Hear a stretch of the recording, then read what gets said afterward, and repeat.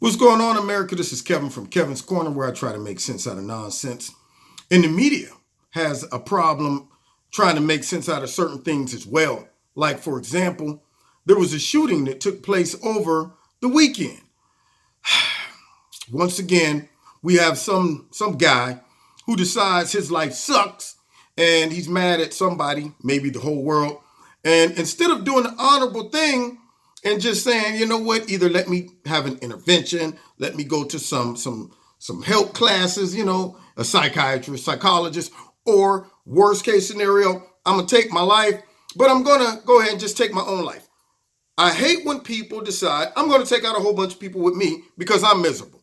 So I want to leave other people miserable as well. I mean, it's a cowardly thing to do, and it's very selfish. But nonetheless, some guy over the weekend chose to go that route. Now, of course, the media has tried to report on it because they just can't overlook it.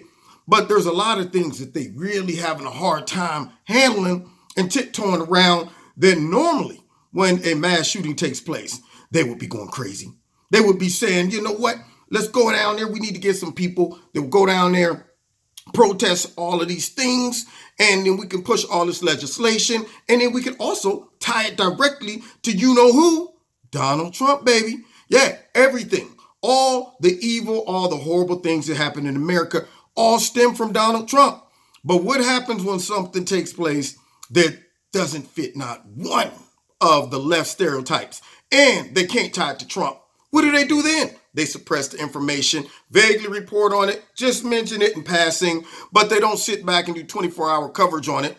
They don't sit back and bring all these people onto the show to talk about all the dangers of gun violence and why we need to get AR-15s off the street and why Trump's rhetoric pushes all of this violence and makes people have an incentive to kill folks. They don't do that.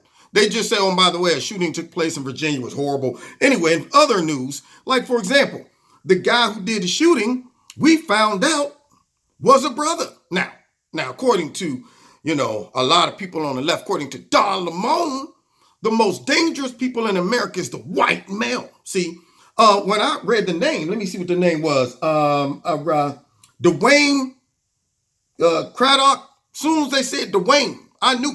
I was like, wait a minute, hold on, go back. Dwayne? That's like hearing, oh man, did you hear Junebug Johnson shot somebody? You're like, that's a brother. Shaquan Anderson? Yep, that was a brother. But his name wasn't Peter Smith. No, none of that. Some Joshua Anderson. No, it was Dwayne. Right then, I said, uh-oh, media might have a problem with this one. As soon as they saw the name, they should have been like, Dwayne. Oh, boy. Oh, God. How are we going to spin this? Because we've been telling everybody for the last 2 years that all of the mass shooters were white nationalists who hated everybody, and they were driven and motivated by Donald Trump. So the first one got blown up. It was a brother, Dwayne. Okay? But then secondly, the bigger push is this is coming from just the conservative views. It's coming from Donald Trump and all of his rhetoric. This guy had to be a nationalist. Had to be. Instead, he was a registered Democrat.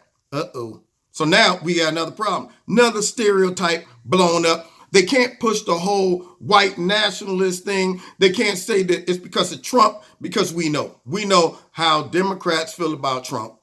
They can't tie this not one bit to Trump. So they're like, this is a non-story. Let's move on. There's so many other things happening. Why are we dwelling on this Dwayne guy, okay? This is just a normal shooting that happens all the time. But if it was a Trump supporter or if it was a white guy, you already know what would happen. They would be on 24 hours talking about this is all driven by Trump and his rhetoric and his hatred. That's what drove it. So now you got two stereotypes messed up. One, you got a black guy. Two, he's a Democrat. That's a bigger problem. Then three, he didn't use the gun that they always want to go after as soon as it takes place. Yeah, this man had the nerve to use a 45, okay? Sure enough, if he would have used an AR-15, we got to get that gun right now, today. Anybody who has one is a threat to national security. This is a crisis, national crisis. It's all because of the gun. The gun itself is what caused all of this. Somehow that gun just got up one day and said, you know what I'm going to do? I'm going to go get in the car, drive down to the office and start shooting up a whole bunch of people. So now the guy brings a 45. So it's not as juicy of a story to the media because he used a regular 45. Then, to mention, he got the gun, it appears to be legally. So they can't say we need tighter gun laws and restrictions, all of that stuff. No, we don't know what happened. This man was just simply crazy. And that's what people have to come to the conclusion. So now, let's go over it again. He's black. He was a registered Democrat. The man was not a white nationalist, not a Trump supporter. And he used a 45 caliber. And they don't have a way to now tie it to Trump. So it's not a juicy story. It comes down to this, people. When people are crazy, they're just crazy. Kind of like Gizmo here, playing around with something while I'm trying to do my video. Leave it alone, Giz. I'm playing on the internet. You're making too much noise. Anyway, so people got to realize when it comes down to the media, they're capitalists. They're opportunists. They look at situations that will push their agenda. If it doesn't fit the stereotype, or if they can't profit or benefit off the story, they're not going to push it. They're not going to harp on it. They're not going to bring all of these pundits on the shows and talk about, oh, this would have never happened without today's polarized environment that Trump just created and all this stuff. They have no way to spin this to their benefit.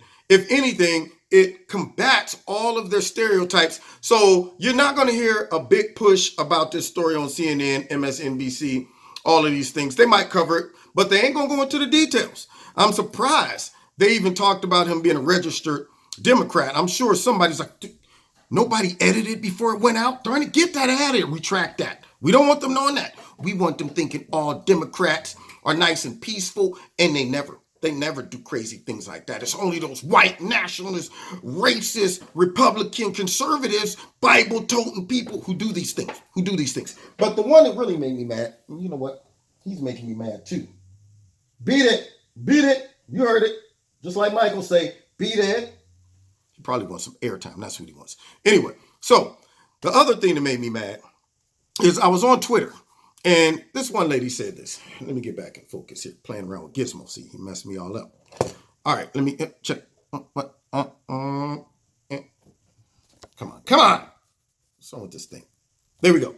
All right. So the other thing that made me mad is I was on Twitter, and one lady, and she happened to be black, but some others were making comments similar as well, said that, oh, well, soon as I found out it was a black man, I knew that the cops killed him. Yet at the same time, the other white shooters have been taken alive and taken to Burger King. And I'm thinking she's referring to the young white boy who did the mass shooting. I think it was at the church. I'm not sure if that was the one or not. But when they caught him, he wasn't, he wasn't armed. He wasn't shooting back at him or anything like this.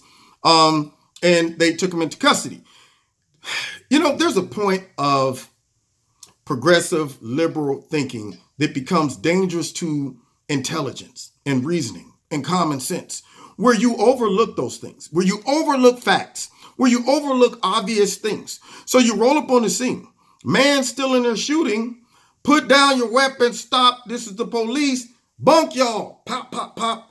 Oh, let's try to take him alive. Let's wait until he shoot all his bullets out or maybe even kill some more people because he's black and we don't want to look like we just didn't have enough patience to wait it out, didn't have enough time to talk him off the ledge and to keep him from killing more people, and then have all the people running around saying all we do is just kill the black mass shooters, but we don't kill the white mass shooters. Yeah, so let's just do that. Let's just stay behind the post and wait it out and say, all right, sir, we're going to wait here until you finish doing whatever it is you're doing, and we're going to take you in alive. This is the type of stuff that make me say, did you think that through before you sent the tweet out? The man is firing back at the police. The police shoots at the man and then tried to save his life. I mean, I hate to say it, y'all. If I walk up on the scene and I'm a police officer and there's carnage laying all around, innocent people shot by somebody, plus the guy's been shooting at me and I shot him, most likely I'm just going to say, Roger, this is Kev. We got a guy down here. Send some paramedics. I'm not jumping down there giving him mouth to mouth. I'm not hitting him with the 1 and 2 and 3 and 4 and 5. No, I'm not doing that. I'm just going to be like, hey, buddy, help's on the way. All right, hang in there. You shouldn't have came in here and shot up a bunch of innocent people. So for them to even do that, I commend those police officers. But you got people trying to use this as a form of racism or discrimination or inequality. Oh, well, see what they do to the black shooters versus the white shooters. If you roll up on someone and they're not armed or violent, regardless of what they did, you take them into custody. If you roll up on the set and they going pop, pop, pop, pop, pop, you shoot them. That's all I'm saying. Now, you've been listening to Kevin and Kevin's Corner. That sounds too much like right, I'm sure. But it might be tight, but it's right. So check me out every Wednesday night, 7:30 live in Kevin's Corner on YouTube and also on my radio blog talk show. Don't forget to hit like, share, subscribe, and the notification button. And check out Extreme Tees, my sponsor. And if you like something, put my name in the promo code, Kevin, and you'll get a 20% discount. The link's down there. And if you want to donate to Kevin and Kevin's Corner, feel free. There's a link in the bottom. Do that as well. And don't forget to hit like, share, subscribe, and the notification button. Find me on Facebook and the Twitter. God bless.